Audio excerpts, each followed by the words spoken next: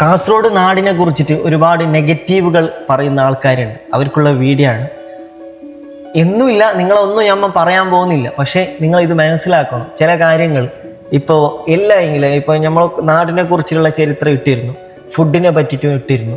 അപ്പോൾ കുറേ പേര് ചോദിക്കുന്നത്, അപ്പോൾ എല്ലാം തുടങ്ങുന്നത് നമ്മളെ കാസർഗോഡ് എന്ന് പറയലുണ്ട്. എല്ലാം തുടങ്ങുന്നത്, അത് മമ്മൂട്ടി ഒരു സിനിമയിൽ പറഞ്ഞ ഡയലോഗ്, എല്ലാം തുടങ്ങുന്നത് കാസർഗോഡ് നിന്ന്.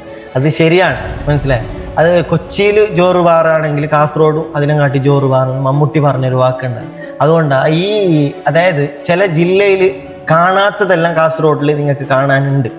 അത് എന്തായാലും നിങ്ങൾക്കുണ്ട്. ഡ്രസ്സിങ്ങിലായെങ്കിലും മോഡലിങ്ങിലായെങ്കിലും പിന്നെ ഒരുപാട് കാര്യങ്ങൾ നിങ്ങൾക്കറിയാത്ത ചിലവർക്കറിയാം. കാസർഗോഡ് ജില്ലേനെ പറ്റിയിട്ട് ചില ആൾക്കെല്ലാം അറിയാം. കുറച്ച് പേര് ഇപ്പോൾ പുറത്തത്തെ നാട്ടുകാർക്കായെങ്കിലും എല്ലാ ജില്ലക്കാർക്കും കാസർഗോഡിനെ പറ്റി ചില കാര്യങ്ങൾ അറിയാം. അവർ അനുഭവിച്ച അനുഭവങ്ങളുണ്ടാവും. ഇപ്പോൾ പുറത്ത് നാട്ടിലെല്ലാം പോയിട്ട് കാസർഗോഡുകാർ ഏത് നാട്ടിൽ പോയാലും, ഏത് ജില്ലയിൽ പോയാലും, ഏത് രാജ്യത്ത് പോയാലും അവിടെയുള്ള ഒരു കാസർഗോഡുകാരന് എന്തായാലും ഉണ്ടാവും. അത് എന്തിലായെങ്കിലും ഉണ്ടാവും. അപ്പോൾ അവർക്ക് അവിടെ റൂമിൽ, ഇപ്പോൾ പ്രവാസി റൂമിലായെങ്കിലും ഒരു കാസർഗോഡുകാരന് എന്തായാലും ഉണ്ടാവും. അവർക്കുള്ള അനുഭവം കുറേ ആൾക്കാർ കമൻറ്റ് ബോക്സിൽ ഇടുന്നത്, ഞങ്ങൾക്ക് സ്നേഹം കിട്ടിയത് കാസർഗോഡുകാരിൽ നിന്നാണ്, ഹെൽപ്പ് കിട്ടിയത് കാസർഗോഡുകാരിൽ നിന്നാണ്. എന്തുകൊണ്ടെന്ന് പറഞ്ഞാൽ അവർക്ക് ചില ജില്ലക്കാർക്കെല്ലാം ഞാൻ എടുത്തു പറയാം, ചില ജില്ലക്കാർക്കെല്ലാം നമ്മൾ കാസർഗോഡുകാർക്ക് ഇഷ്ടമാണ്. അത് തുറന്ന് പറയുകയും ചെയ്യുന്നത് അവർക്കുള്ള അനുഭവമാണ്. ഇത് അനുഭവം അറിയാത്ത ചില ആൾക്കാരാണ് നെഗറ്റീവ് അടിക്കുന്നത്. നെഗറ്റീവ് അടിച്ചാൽ തന്നെ എന്താണ്, ഈ കാസർഗോഡ് നാട്ടുകാരും കാസർഗോഡ് ജില്ലക്കാരും പൊന്തുന്നല്ലാതെ താവൂല ഒരിക്കലും. നെഗറ്റീവ് ഇവിടെയാണ് വിജയങ്ങൾ കണ്ടെത്താൻ ശ്രമിക്കുന്നത്. അപ്പോൾ അങ്ങനെയുള്ള വിജയങ്ങൾ എന്താക്കുക നമ്മളെ നാട്ടിൽ കിട്ടുമ്പോഴാണ് ചില ആൾക്കാർ നെഗറ്റീവ് അടിച്ചുകൊണ്ടുണ്ടാവും. ഇതിന് പറയുന്നത് അസൂയ, കേട് എന്നെല്ലാം പറയും. അതായത് ചിലത് ഇപ്പോൾ എല്ലാ നാട്ടിലുണ്ടാവും. ചിലത് ആരെങ്കിലും ഒന്ന് പൊന്തുമ്പോൾ അവർ താഴ്ത്താനുള്ള ശ്രമങ്ങൾ ചില ആൾക്കാർ ഇങ്ങനെ ചിന്തിച്ചിട്ട് കൂട്ടാണ്. അതിനുള്ള അസൂയാണ്. അവരോട് എടുക്കത്തൂല അങ്ങനെ അസൂയപ്പെട്ടാൽ. അത് വേറൊരു വിഷയം. അങ്ങനെ അസൂയപ്പെടുന്നവരോട് ഒരു കാര്യം പറയാനുള്ളത്, മോഡലിങ്ങും പിന്നെ അതേപോലെ ഡ്രസ് കോഡിൻ്റെ കാര്യത്തിലും ഡ്രസ്സിൻ്റെ ട്രെൻഡിങ്ങിൽ കൊണ്ടുവരുന്ന കാര്യത്തിലും കാസർഗോഡ് നമ്പർ 1 നിൽക്കുന്നത്. അതെല്ലാം തുടങ്ങുന്നത് കാസർഗോഡ് നിന്ന്. മമ്മൂട്ടി പറഞ്ഞത് വെറുതെ അല്ല. ഇത് പറയാനുള്ള കാരണം എന്തെന്ന് വെച്ചാൽ നമ്മൾ പറയുന്നതല്ല, നമ്മൾ കാസർഗോഡുകാരനാണ്, ഇവനും കാസർഗോഡുകാരൻ, നമ്മൾ പറയുന്നതല്ല, പുറത്തത്തെ നാട്ടുകാരാണ് ഇത് പറയുന്നത്. കുറേ ഇൻ്റർവ്യൂസിൽ നിങ്ങൾ കണ്ടിട്ടുണ്ടാവും. റൗഫെ അതിനെ പറ്റിയിട്ട് എന്താ പറയാനുള്ളത് ഒന്ന് പറഞ്ഞു. ഡ്രസ്സിങ്ങിനെ പറ്റിയിട്ട്, മോഡലിങ് തുടങ്ങുന്നതെല്ലാം ഇങ്ങനെ ഓരോ ബ്രാൻഡും കാര്യങ്ങളെല്ലാം. ഇപ്പോൾ ഈ ഫിലിമിൽ ആസിഫ് അലി പോലും ഇവിടുത്തെ മൊഗ്രാൽ പുത്തൂറിലെ ഡ്രസ് കോഡിൻ്റെ ഇതുണ്ട്, ആ ഡ്രസ്സാണ് ഉപയോഗിക്കുന്നത്. ചില ഇൻ്റർവ്യൂവിൽ ആസിഫ് അലി പറയുന്നത് കേട്ടിന്, സിനിമ നടനാണ്. അപ്പോൾ ആ നടന് പോലും ചില നടന്മാരെല്ലാം കാസർഗോഡിൻ്റെ ഡ്രസ് കോഡാണ് ആഗ്രഹിച്ചിട്ടുള്ളത്. അപ്പോൾ കാസർഗോഡിൻ്റെ ഡ്രസ്സിങ്ങിലാണെങ്കിലും ഫാഷനിലാണെങ്കിലും കാസർഗോഡ് മുൻപന്തിയിൽ നിൽക്കാനുള്ള കാരണം എന്താണ്? ഡ്രസ്സിങ്ങിനോട് വളരെ മുമ്പ് തന്നെ കാസർഗോഡിലെ കുറേ ആളുകൾക്ക് നല്ല പാഷനുണ്ട്. അത് എന്തുകൊണ്ട് ഈ പെരുന്നാൾക്കും പിന്നെ ഉത്സവം വരുമ്പോഴല്ലോ ഡ്രസ് കോഡ് ഇറക്കാം, അങ്ങനത്തെ ഒരു പെരുന്നാൾ അങ്ങനെയൊക്കെ ഡ്രസ്സിങ്ങിന് ഇമ്പോർട്ടൻ്റ് ആണ്.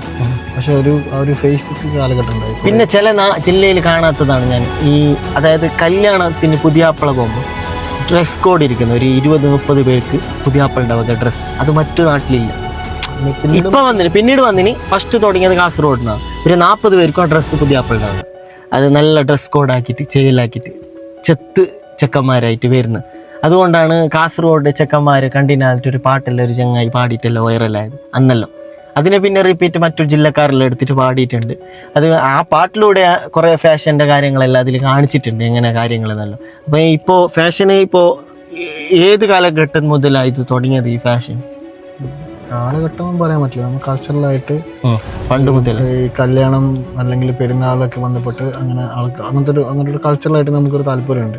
പക്ഷേ ഈ ഫേസ്ബുക്ക് കാലഘട്ടം വന്നതിന് ശേഷം ആളുകൾക്ക് ഇതൊരു ഫോട്ടോ എടുത്ത് ഈ സോഷ്യൽ മീഡിയയിൽ വരുന്ന ഒരു സമയത്ത് ഒരു സമയത്ത് നല്ലോണം ഈ ഒരു ബൂമായി. ഈ കാസർഗോഡ് ഇതിൻ്റെ ഒരു ക്യാപിറ്റലായിട്ട് മാറിയിട്ടുണ്ടായി സോഷ്യൽ മീഡിയ, ഫേസ്ബുക്ക്.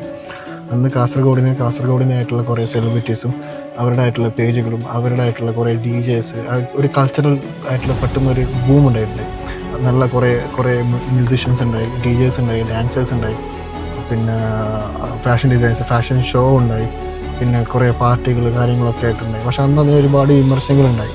പക്ഷെ ഇന്ന് നോക്കുമ്പോൾ ഇന്നത്തെ യൂത്ത് ആയിട്ടുള്ള ആളുകൾ അധികം പോകുന്നത് ഡ്രഗ്സ് മുമ്പൊക്കെ പർപ്പസ്ലെസ് ആണ്. പക്ഷെ അന്നത്തെ ആളുകൾ അന്നത്തെ ആളുകൾ അധികം ഇത്രയും കാര്യങ്ങളൊക്കെ ഭയങ്കര ഇൻവോൾവ്ഡ് ആയിട്ടുണ്ടായി. ഇത്രയും ഈ കൾച്ചറലായിട്ട് നമ്മുടെ നാട്ടിൽ മാത്രമായിട്ടുള്ള കുറേ ഗോസിപ്സ്, കുറേ ആളുകൾ, കുറേ സെലിബ്രിറ്റീസ്. ഇത് റൂഫ്, ഇതൊരു വികാരമാണല്ലേ? ഇത് ഡ്രസ് കോഡിനുള്ള ഫാഷനോടുള്ള ഒരു വികാരമാണല്ലേ കാസർഗോഡുകാർക്ക്? അതായത് മറ്റു ചില ആൾക്കാർക്ക് ചില ഫാഷൻ ഉണ്ടാവുമല്ലോ, അതിനോടുള്ള ഒരു വികാരം കൊണ്ടാണ് ഈ ഡ്രസ് കോഡെല്ലാം ഉണ്ടായതെന്ന് എനിക്ക് തോന്നുന്നു. അതായത് ചില ആൾക്ക് ചില വികാരങ്ങൾ ഉണ്ടാവും.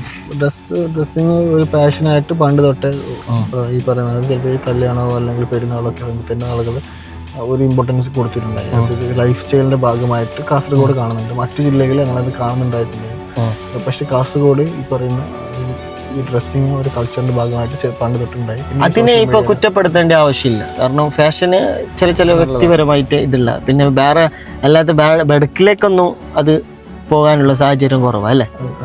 അതെ. അപ്പോൾ പാഷനാണ്, ലൈഫ് സ്റ്റൈലാണ്, അത് നല്ല കാര്യമാണ്. അപ്പോൾ നിങ്ങൾ എന്താക്കുക, കാസർഗോഡിന് ഡ്രസ്സ് കോഡിനെ പറ്റിയും ഫാഷനെ പറ്റിയും നിങ്ങളുടെ അഭിപ്രായങ്ങൾ നല്ലതാണോ അല്ലെങ്കിൽ ബെടക്കാണോ എന്നിട്ടുള്ള അഭിപ്രായങ്ങൾ നിങ്ങൾ കമൻറ്റ് ബോക്സിൽ രേഖപ്പെടുത്തുക. വീഡിയോ ഇഷ്ടപ്പെട്ട ആണെന്ന് ഞാൻ കരുതുന്നു. എൻ്റെ കൂട്ടുകാരൻ വളരെ വ്യക്തമായിട്ട് കാര്യങ്ങളെല്ലാം പറഞ്ഞിട്ടുണ്ട്. ഇങ്ങനെയുള്ള വീഡിയോസ് ഇനി വരാൻ വേണ്ടിയിട്ട് നിങ്ങൾ സബ്സ്ക്രൈബർ ചെയ്യുക, കൂടെ. അപ്പോൾ എല്ലാവരോടും എപ്പോഴും പറയുന്ന പോലെ സ്നേഹം മാത്രം.